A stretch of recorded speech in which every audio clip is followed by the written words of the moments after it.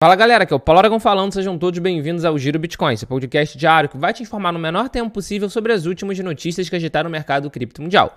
Para começar o episódio de hoje, sexta-feira, dia 30 de maio de 2025, último dia para declarar o imposto de renda do Brasil, inclusive, cada unidade do Bitcoin está custando aproximadamente 105.700 dólares americanos, com uma desvalorização ao longo dessas últimas 24 horas de 1,7%. Desvalorização essa que tem sido vista pelas principais criptomoedas do mercado. O Ether, por exemplo, o segundo maior criptoativo, está nesse instante com uma queda de cerca de 2,4% ao longo desse último dia, com cada unidade cotada nesse momento em 2.600 dólares americanos. A gente tem visto, que nem eu falei, as principais criptos caindo. XRP caindo quase 4,5%, Solana caindo mais de 5%, Dogecoin caindo mais de 8%, Cardano caindo mais de 6%. Enfim, as principais criptomoedas estão em queda. É claro que tem também uma realização de lucros, uma parte da realização de lucro continua devido à esticada das principais criptos ao longo dessas últimas 2-3 semanas, mas os fatores macroeconômicos voltaram a assolar, voltaram a prejudicar também o mercado cripto. O mercado tradicional está num momento muito volátil. Nos Estados Unidos, a gente está vendo uma disputa entre a administração federal e o Poder Judiciário. Antes de ontem, as tarifas recíprocas do Trump foram barradas pelo Poder Judiciário. No dia de ontem, ele voltou a ganhar na Justiça o direito de aplicar essas tarifas. Isso está fazendo com que, inclusive, o mercado que abriu há cerca de 15 minutos atrás já esteja abrindo no negativo. O S&P 500, por exemplo, está com uma queda, está operando em queda de 0,4%. Dow Jones está operando também em queda de 0,19%. E a Nasdaq ainda não estou com o resultado aqui submetido, porque, como eu falei, o mercado abriu há 15 minutinhos atrás e o da Nasdaq demora um pouquinho mais para eu conseguir ter essa informação. De qualquer maneira, o mercado americano também está enfrentando bastante volatilidade de uma maneira geral. Não é algo exclusivo das criptomoedas, mas as criptomoedas têm um fator adicional para essa queda um pouquinho mais acentuada que a gente vai estar debatendo ao longo do episódio de hoje. Mas dando um giro pelos ETFs do mercado americano, no dia de ontem, apesar da BlackRock ter tido um inflow de mais de 1.000 unidades de BTC, um inflow de 1.186 Bitcoin, no total, no somatório total, a gente teve um outflow, a gente teve uma saída nos ETFs de Bitcoin Spot no dia de ontem. Uma saída de 2.890 unidades de Bitcoin. Quem liderou a saída foi o ETF da Fidelity, com 1.576 Bitcoin de outflow, seguido pelo da Grayscale, com 1.019 Bitcoin de outflow. E se a gente teve, no dia de ontem, uma saída, um outflow nos ETFs de Bitcoin Spot, a gente não pode falar o mesmo, felizmente, nos ETFs de Ether Spot. No dia de ontem, dia 29 de maio, os ETFs de Ether Spot tiveram um inflow de 34.285 ETH, o que em dólar americano dá cerca de 91,9 milhões de dólares. Muito importante, segunda maior marca de entrada em algum tempo, superando a marca que a gente tinha tido na última quarta-feira, que já era uma marca forte. O ETF de Ether parece estar ganhando novamente tração, o Ether parece novamente estar conseguindo atrair a atenção tanto dos investidores tradicionais quanto também de institucionais. E só para fechar essa questão de ETF, nas últimas 5 semanas, o ETF de Bitcoin Spot ultrapassou, inclusive, o ETF de ouro. Para vocês terem uma ideia, o ETF de Bitcoin, ao longo dessas últimas 5 semanas, teve 9 bilhões de dólares de inflow, enquanto do ouro, os ETFs de ouro, tiveram uma perda de 2,8 bilhões de dólares.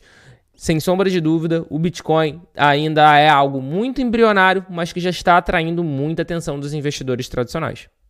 Dando continuidade ao episódio de hoje e agora falando um pouco mais sobre esse possível motivo da queda do BTC e, consequentemente, das outras criptomoedas ao longo dessas últimas 24 horas, a China supostamente proibiu custódia de criptomoedas. Isso naturalmente pressionou o Bitcoin e desencadeou sobrevenda e liquidação de traders. Não, como tudo que vem da China, é muito difícil a gente ter a informação concreta, a gente ter a informação confirmada, mas de acordo com informações compartilhadas pela Binance e portais de notícia, o governo do país asiático teria estendido a proibição de mineração e negociação de Bitcoin e criptomoedas também à custódia. Ou seja, já era proibida a mineração, já era proibida a negociação e agora também teve a custódia proibida. A informação, de novo, não havia sido confirmada até o fechamento dessa matéria aqui do Cointelegraph Brasil, que foi publicada ainda agora, já que alguns comentários, inclusive na própria publicação da Binance, falavam que eram falsas, isso não era uma publicação verdadeira. De qualquer forma, assim que teve essa publicação, a gente viu uma queda mais acentuada no preço. Isso não é nada impossível que aconteça. A gente sabe que a China já proibiu anteriormente 7 vezes, o Bitcoin ele já foi banido na China 7 vezes anteriormente. E é o que eu costumo dizer, banir uma vez, 2 vezes, 3 vezes, a terceira já quer dizer que não funcionou o banimento. Então já foram banidos 7 vezes e com essa suposta proibição de custódia seria uma 8ª proibição relacionada a Bitcoin e criptomoeda. De novo, a gente não conseguiu confirmar a veracidade, mas como qualquer informação que vem da China é muito difícil de ser confirmada. Alguns usuários relatando que é verdadeiro, alguns usuários relatando que é falso. Mas, de qualquer forma, desde que teve essa publicação no Binance Square, a gente começou a ver uma queda mais acentuada do preço. De qualquer maneira, a gente vai acompanhar isso de perto e vai trazer aqui para vocês futuras apurações no Giro Bitcoin. Dando continuidade ao episódio de hoje e agora falando sobre um outro membro do BRICS, a Rússia permite que bancos ofereçam produtos de criptomoedas a investidores qualificados. É isso mesmo, o Banco da Rússia autorizou instituições financeiras a oferecerem determinados instrumentos financeiros baseados em cripto para investidores qualificados. Agora, os bancos russos estão livres para disponibilizar a investidores qualificados uma variedade de produtos cripto, incluindo derivativos, valores imobiliários e outros ativos financeiros digitais atrelados ao preço das criptomoedas.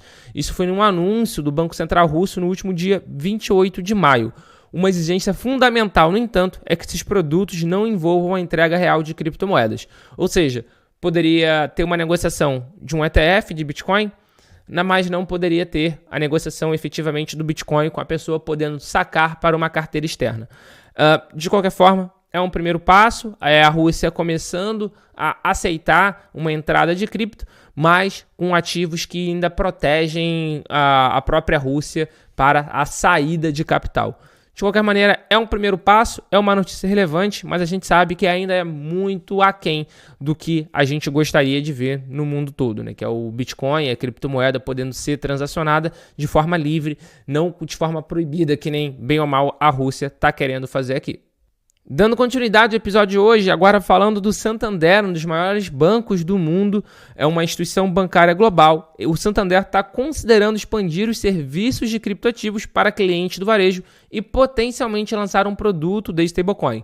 Vale ressaltar que, de acordo com essas informações, de acordo com a reportagem da Bloomberg publicada no dia de ontem, os planos da stablecoin ainda estão em fase inicial. O banco está considerando oferecer tokens fiduciários lastreados em dólar e euro.